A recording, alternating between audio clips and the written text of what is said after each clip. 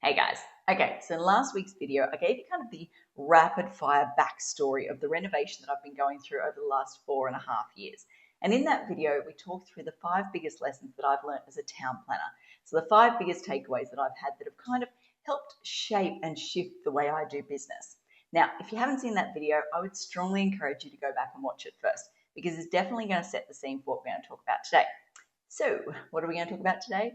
Well, today we're going to cover off the 5 biggest lessons I've learnt in the pre-construction phase as a homeowner. So talking about from that right start to the moment the shovel hits the ground, the lessons that I took away from the process. So let's do this. Okay, so lesson number 1 that I learned as a homeowner in the pre-construction phase was the importance of getting the builder involved early and getting them heavily involved. Now, in my situation, I knew who the builder was going to be from day one. Like, we had that locked in. However, I didn't take advantage of getting them involved in the early stage as much as I should have. Like, he came along to some of the meetings, but he should have been there for a lot more. In hindsight, I should have paid an hourly rate. I should have engaged him in a set fee, whatever it needed to be to involve him.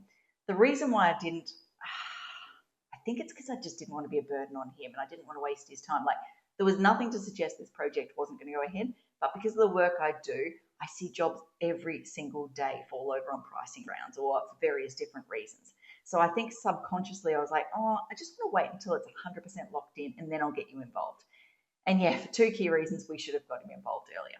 First and foremost, if he'd been involved in those early design discussions, he could have had a say or given us some feedback that might have saved a bucket load of money. So side tangent, since then I've learnt my lessons. And obviously when I went to move out of Red Hill, I shouldn't say obviously, when I went out to move out of Red Hill, I decided to rent that out. So I had to upgrade some certain things to get it to a point where it was rentable standard, because what I was happy living with is not what other people are happy living with. I'm happy living in a bummy old house. So yeah, basically that time I got the builder and the design professional out day one, and I was like, guys, this is what I'm thinking needs to happen. What are our options? And the design professional was like, well, we could do this, this, or this. And the builder was like, well, that second option is going to cost you 5 times as much because we've got to rip the roof off, we've got to rip the flooring out, we've got to do this, this, this. And I was like, it's a rental. We are not going to pump that sort of money into this thing. Scrap that idea. So it meant we can get on the right path from the very beginning. So yeah, I would have definitely benefited from having that design input at the very start. But more importantly, and I do not want this to come across as me ragging on quantity surveyors, because I do think there is some very good quantity surveyors out there and they definitely have a place and add value. In my experience, it didn't work out for me though. I thought I knew better. I could see all these projects for clients falling over on cost grounds. So I was like, I'm going to pay for a quantity surveyor to get involved. They're going to give me a budget. It's going to keep me on track. It's going to be happy days. Yeah, didn't work out like that. So when we purchased the property, I was like, we have got the healthiest budget around. We've got $1 million. Like, we are going to be king and queen. We're going to be making it rain here. Yeah, to put in perspective, this is like the post-COVID, early COVID kind of day. It wasn't post-COVID then, it was still COVID days. Like, the prices were changing on a daily basis. Back then, $1 million was a lot of money. In my defense, it was a lot of money, guys. So yeah, I thought we had a lot of money.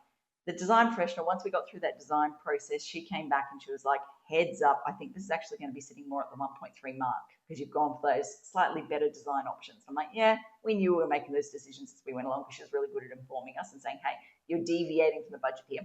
So 1.3, okay, we'll suck it up, we'll pay that money. And we got the quantity surveyor involved and they came back and they said, guys, it's going to be $1.6 million. And I was like, okay. Yeah, we're this far. Let's make this happen. Let's make it happen. Like, let's just do this type thing. And then fast forward, we get to the point where we're like, okay, we're going to go for it, get the builder to do his official quote. And it came back. It came back $1 million. I was like, oh, yay. Like, no, that's crazy money. Like, no, we cannot afford that. So yes, whilst we had tried to do the right thing, got the quantity surveyor involved, there was obviously a drastic price difference between the 1.6 and the million. And we're not talking huge time frame differences. It might have been like a couple of months between those 2 consultants or the 2 professionals being involved. So yeah, the lesson I learned is whilst quantity surveyors have a place and are very good, at the end of the day, no one is going to price it as accurately as the person who is actually going to build it at the end of the day, because they are so much more accountable, because they are the ones that have to meet the budget at the end. So yeah, lesson learned, get the builder involved early, firstly to help with some of those design changes or design decisions, I should say, and then more importantly, to ensure that the budget is kept on track up front. Now, having said all that, I do want to acknowledge, I was like, do I say this? Do I not say this? I think I need to say this because otherwise it's going to get pointed out. People are going to be like, Peter, pot calling kettle black kind of situation. So I did have a building designer call me out once, and understandably so, call me out for pushing the builder first type approach too hard. And he was like, some people are just not ready to acknowledge the cost realities. Like some people need to be taken on a bit of a journey to get more comfortable with the price, because their understanding or expectation of what they need to spend there's just a massive misalignment there. So yeah, we need to go through this journey, and if you hit them with that information up front, nothing would ever happen. And I am obviously the best case of that, or the best case example of that. If someone had come to me at the start and told me that I was going to spend this amount of money, I would have just been like, no way. Like, we are not even going to go to auction on this property. We are not going down this path. It is just not happening. We need to compromise more. So obviously I can sit here in hindsight and say, I'm glad that I didn't know what the price was at the very beginning, because I wouldn't be where I am today.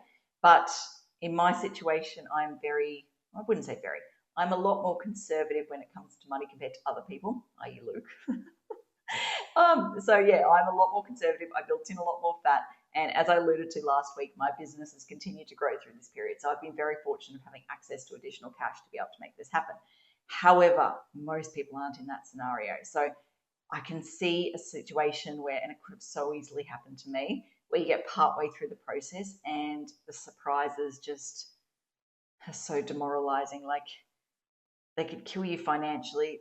They bring on so much stress, so much emotion. Like, yeah, the implications are obvious. So whilst I will sit here and say, for me, it worked out for the best not knowing the full price up front, and if I'd known that, I wouldn't be here today, I still stand by the fact that I think it is the best design or best decision to get the builder involved to help get the cost up front and to help get the project going on the right path at the very start. Okay, so lesson number 2 is that there is no such thing as a perfect property, and money will not solve all of your problems. So, a bit of backstory. I purchased my first property when I was 24, and it was an old Queenslander, like a 1920s, 30s Queenslander at Audley. As you can see, I've loved Queenslanders for a very, very long time. But this house was actually what we call a single unit dwelling. So essentially there was 2 Queenslanders at the front, and there was like a 6 or 8 pack of units at the back. Now this house had an itty bitty, like 1 or maybe 2 meter strip of land around it. Like, it was on barely any land. Fast forward to like 2019, I purchased my property at Red Hill. Now, it is in a real old part of Red Hill where you have some teeny tiny lot sizes. I was like queen of the street. Everyone else around me, except for my neighbour, everyone else around me was on 267 square metres. But with my neighbour back in the day, there was 3 separate lots, and someone had come along and essentially split the middle lot in half and given half to either side. So I had a whopping 399 square metres. Fast forward to here, we're on 560 square metres. So when I saw that, I was like, we're over the 450 square metre small lot size trigger. We are king, queen. The options are endless. We can do whatever we want. And remember back then, I was like, we've got $1 million.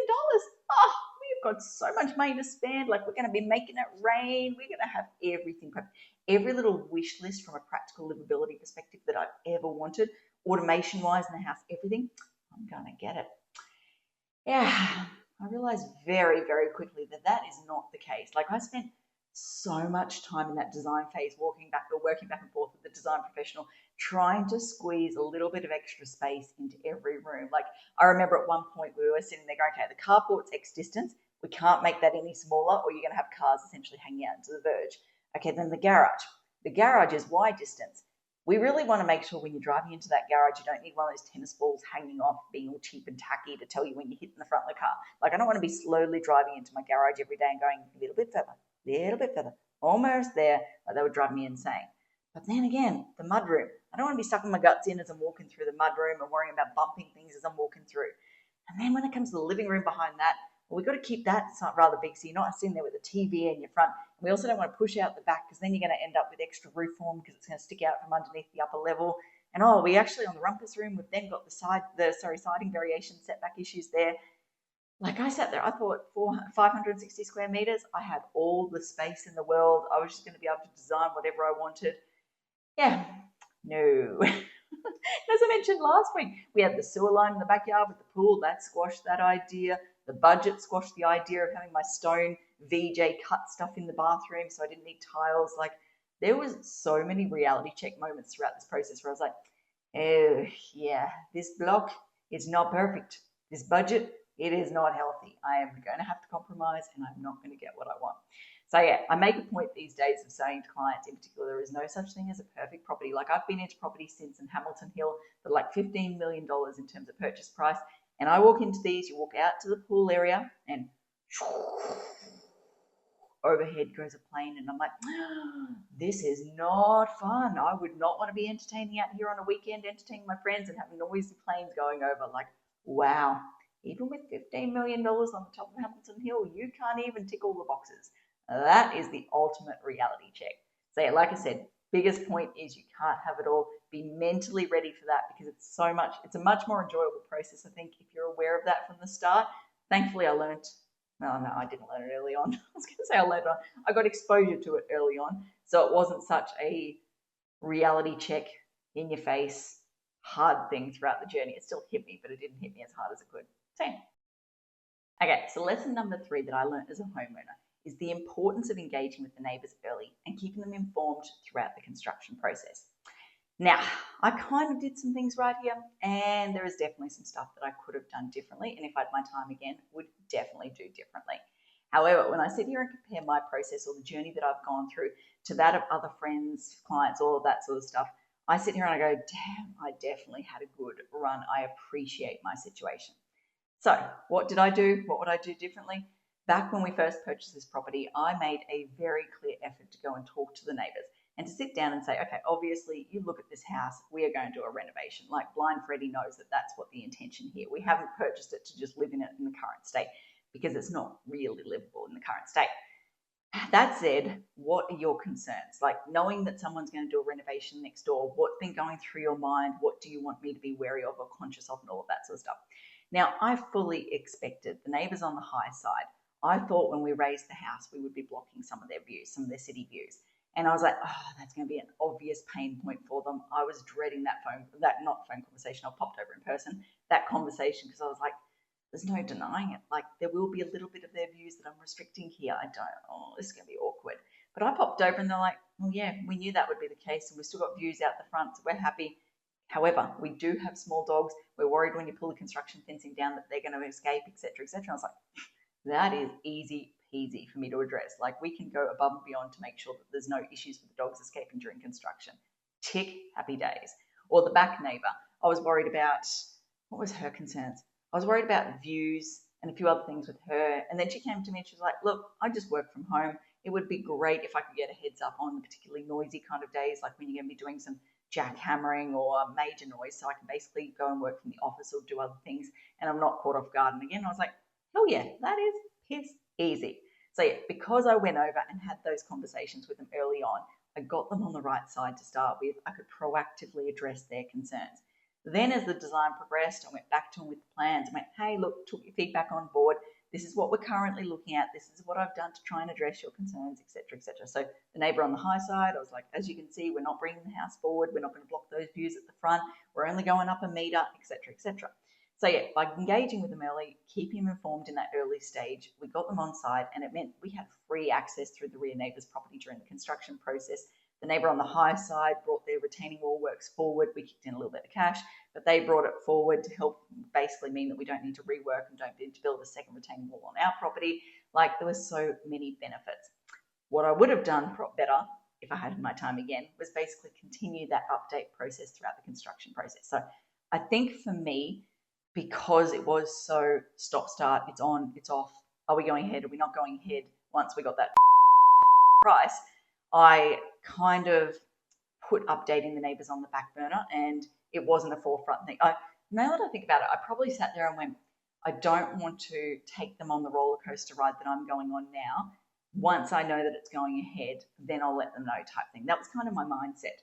And when we finally decided to go ahead, it was so last minute. It was so, okay, get shit happening, move. I didn't take the time to go and update them. And then again, during construction, there's days, like for example, when the plasterers turned up. Plasterers, I now know, are a breed of their own. I'll never forget it, the builder, because I had weekly catch-ups with him. And number one, because I just wanted to keep an eye on the project, but more importantly, I wanted to learn throughout the journey. And I remember the week that I was turning up, the plasterers were there. He prepped me and he's like, it's going to be a little bit noisy. Like, do you really want to come that day? And I'm like, yeah, I want to see the warts and all of this. I want to know what's really like on site. Like, I want to get out there, man. And so he's like, oh, okay, I guess you could come. And I still remember pulling up to the house and he was standing out the front. And I was like, well, that's a bit weird. He never comes out to meet me. Usually he's inside and I text him and I say, hey, dude, I'm out the front. He comes out and gets me because I'm all about respecting the builder's site, not just walking in and out unless I'm being allowed to type thing. So yeah, he met me outside and I was just like, he's really worried about what I'm going to see here. And yeah, sure enough, I walked in and it was a disco rave. It was hilarious. I might try and go back and see if I can find the video that I took.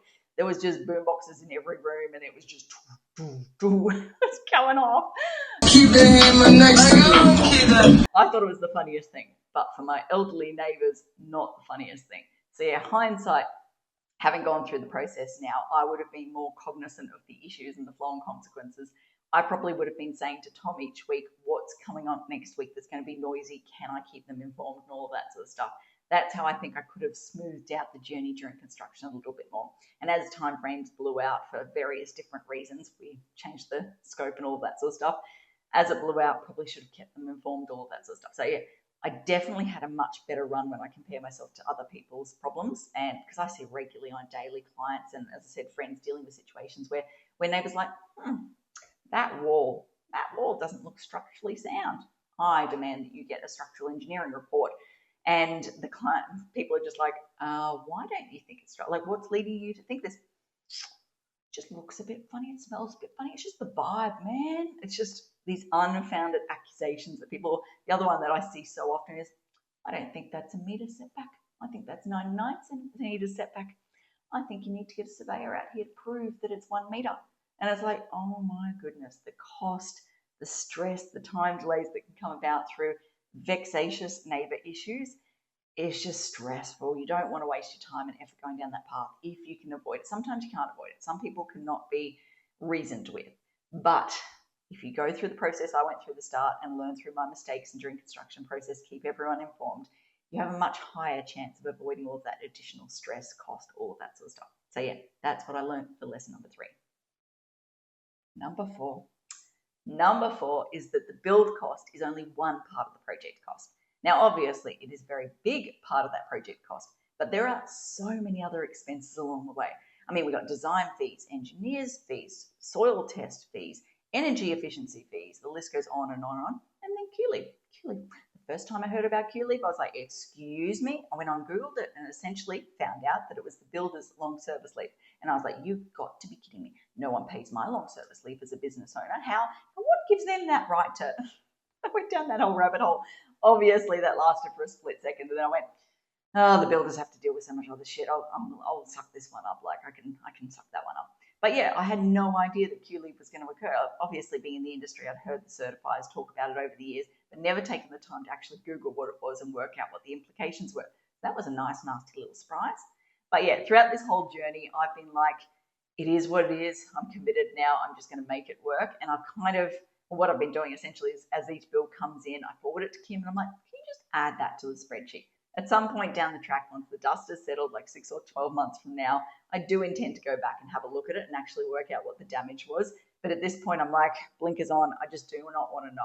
But I would not be surprised at the end if that doesn't come back at 6 figures. It is going to be scary because there was just bills left, right, and center. And when we changed something, we added an extra room in, as you do. But added an extra room in. Actually, I probably should tell that story to explain. So basically, during construction, I always knew the garage roof was like, the ceiling was huge. And I kept saying to the design professional, I'm like, what are we going to do with all this extra space? It's going to be like a cathedral void or something. And she's like, there is plenty of storage opportunities. It won't be wasted space. Don't overthink it. I'm like, okay, I'll trust you. Anyway, started the build, and the builder pulls me aside one day. He's like, I just want to show you something. He walks me into the mud room, and we look out through the void. He's like, that is a whole other room. Do you want to build a floor in there? Do you want to do another room? And I'm like, oh, damn, what's it going to cost? I mean, then I've got to deal with 3 stories with council, town planning issues, all of that sort of stuff. Yeah, long story short, spoiler alert, we decided to go for it because of market resale value.